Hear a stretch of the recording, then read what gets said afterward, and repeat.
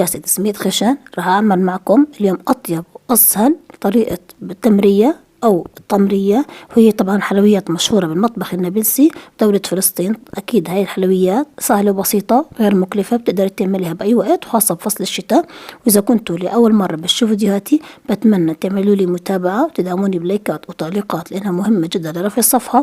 وإذا حبيتوا الوصفة بتقدروا تشاركوها على صفحاتكم عشان تستفيدوا منها. تعالوا نحكي بسم الله ونبدأ في المقادير. وبالبداية راح نبلش نعمل بالعجينة.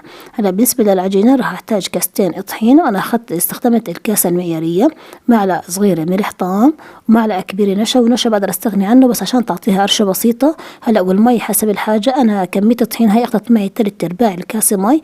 نحط المي بالتدريج عشان من نوع طحين لنوع طحين بيختلف. لازم أضلني أعجن فيها لما تصير قوامها متوسط، هي سميكة ولا خفيفة. بعدين بغلفها بخليها ساعة ترتاح. إذا أول سر من أسرار نجاح التمرية إني أغلفها وأخليها ترتاح ساعة بعد العجن.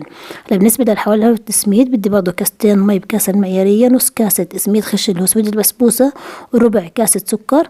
بدي أحركهم على البارد قبل ما أحطهم على الغاز. بعدين بدي أرفعهم على الغاز وأضلني أحرك فيهم تحريك مستمر على نار متوسطة لحد ما يجمدوا يبلش يغلي. لما يبلش يطلع فقاعات هيك بتكون حلاوة السميد استوت معي. بخليها دقيقة أو دقيقتين وبعدين بطفي الغاز عليها. هلا بس أطفي الغاز جبت جلد بايركس صغير دهنته زيت نباتي. بدي أحط حلاوة السميد فيها، أمدها وأظبط شكلها.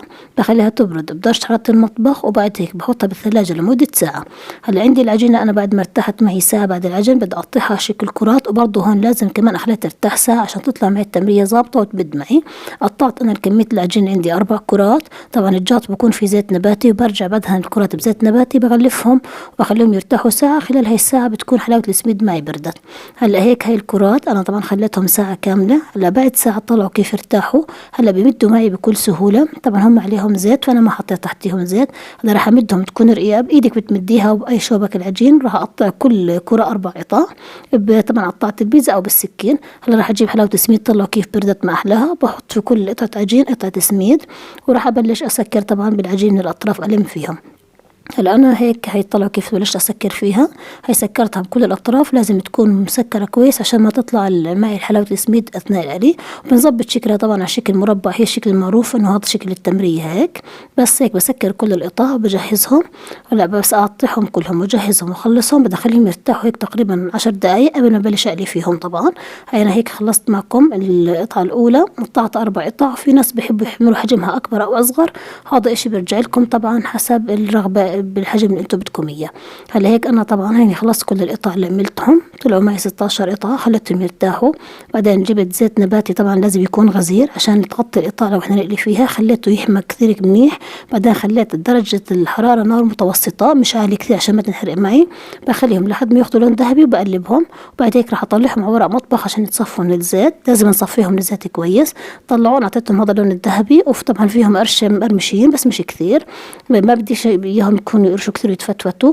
بس طلعتهم صفيتهم من الزيت. هلا بدي ارش عليهم سكر ابيض طبعا ناعم، سكر باودر. بدي ازينهم بشويه فستق حلبي. طبعا هيك بتتاكل التمريه سخنه. وهيك هي النتيجه النهائيه للتمريه.